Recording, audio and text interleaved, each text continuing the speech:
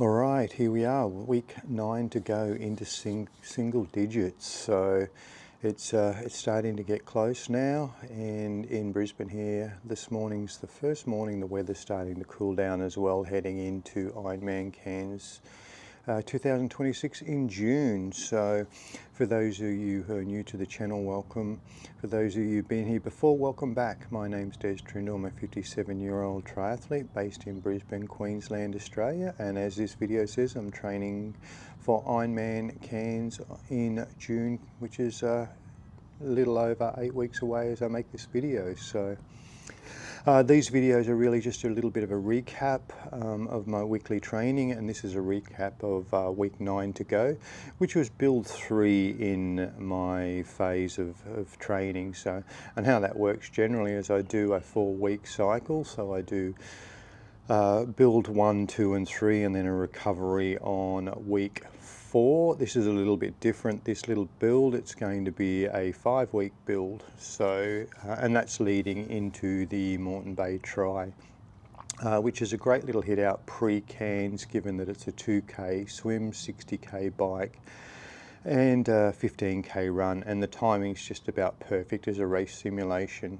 especially practice nutrition and things like that. So anyway, let's get into the week that was. So we kicked off with the Monday, and the Monday was very simply a 60-minute zone 1, zone 2 recovery ride, and that's just coming off a bit of a volume over the weekend. So work-wise, just an office shift, so nothing too strenuous there.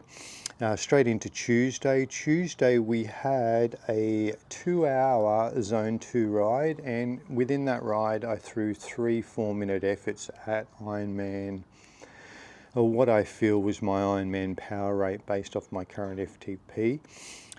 At the end of that ride, I also jumped off and just did a 3k run, and once again the first k just settling into roughly what I felt that I would run that sort of first k at Cairns as well. So starting to get the body now used to this sort of race pace type efforts. So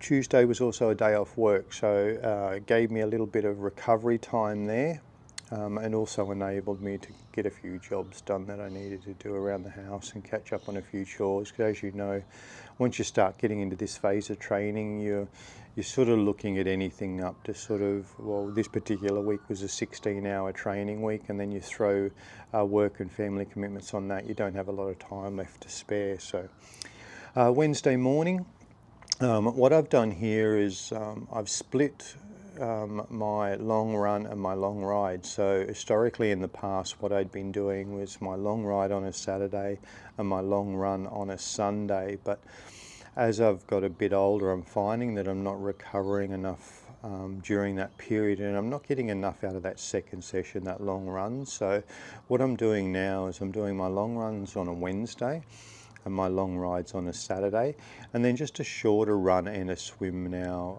on the Sunday as well. So and this week I'll start to introduce some open water swimming as well. So 2-hour zone 2, so a nice steady run, just sort of around that lower 120 heart rate for me.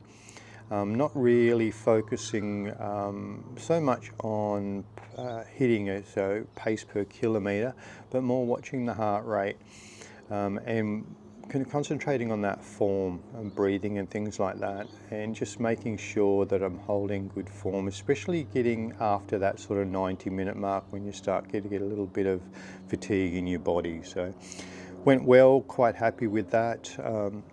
Lunchtime I did a second session, so I hit the pool and I did a 3,800 metre wetsuit swim. And the reason I'm doing that wetsuit swim in the pool each week is for the heat adaptation. So the pool here is 28 degrees. Looking at last year, I believe the water temperature was around 23 to 24 in Cairns, and given that it is a wetsuit swim, I just want to feel that I'm going to be okay with the heat.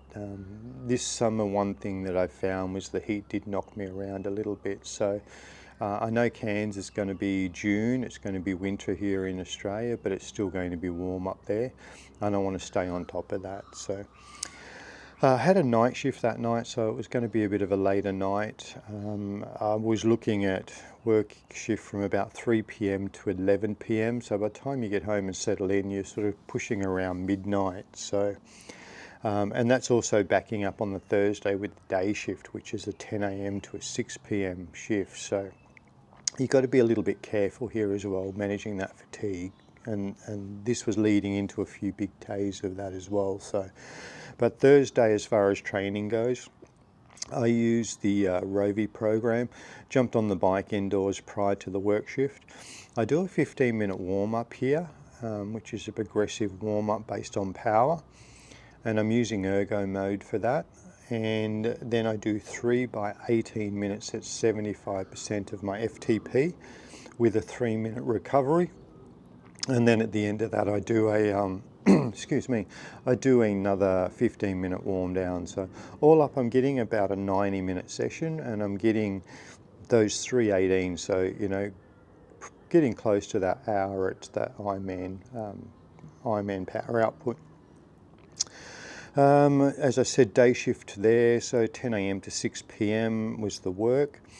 And then we roll into Friday. So Friday morning, I still like to add one little bit of a run session per week where I am pushing above that zone 2 and I'm pushing into the sort of zone 3 and 4 area. So what I do there is I do a good sort of 10-minute warm-up and then 4 by 4 minutes at 90%, or what I feel is 90%, or what I feel I can sort of run about a 10K. If I was running a 10K off the bike. So in between those, so each 4-minute effort in between, I do a 2-minute walk recovery. So I'm not looking at shortening that recovery just yet or anything like that, because what I'm looking to gain out of the session is just getting the body used to running a little bit quicker, or a lot quicker than what I'll be running Ironman at, but doing it efficiently. So concentrating on breathing, concentrating on form, everything like that as well. So another late night shift, and this was also a bit of traveling to this shift as well. So it was 2:30 to 11:30 p.m. and it was nearly 12:30, quarter to 1, I think, by the time I got back and got settled. So it was a later night.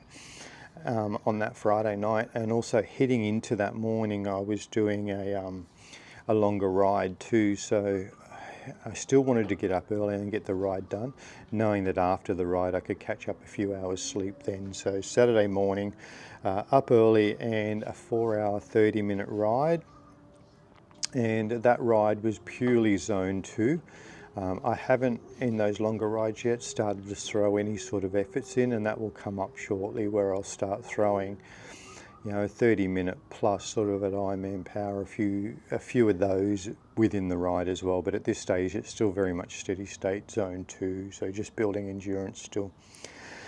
Another late shift, so this is where I was paying for having a bit of a lighter work the week before. As I said, that week I'll pay for it the following week, and this is the week I'm paying for it. So 2 p.m. to 11 p.m. Once again, it was probably close to midnight by the time I got home, and luckily after that 4.5-hour ride, I did manage to literally walk in the door, grab some nutrition, have something to eat, something to drink, and then close the blinds and get a few hours sleep before I headed off to that Saturday night shift. So Sunday morning Sunday was going to be another long day too, as far as work goes, and that was sort of an 8:30 a.m. to a 6:30 p.m. But what I did want to do was get a 60-minute run in, and that run, like I said earlier, I was doing my long rides on a Saturday and my long runs on a Sunday, and I'm still running on the Sunday, but I'm just shortening that run back to that 60 minutes. But what I'm doing there is I'm increasing it up to that upper zone 2. So it's bringing the pace a little bit quicker, and it's getting closer to what I feel that I'll be running within 15-20 seconds per kilometre at Ironman. Now, saying that, I do very much base all my training on time, not distance. And as far as time goes this week, we were looking at about 16 hours total training time. So that's on a build 3. So as I said, this is 3-week build. And if we look at week 1, it was 12 hours, then 14 hours, then 16 hours. So, and I'll have another build this week in week 4. And then we'll taper down, or we'll start freshening up, not so much a taper down into the Moreton Bay series. So anyway, that's my training recap for the week. So if you made it this far in the video, thanks for watching. If you have any questions, please feel free to put them down in the comments. I do answer any of those that I get. And until next time, guys, stay safe out there.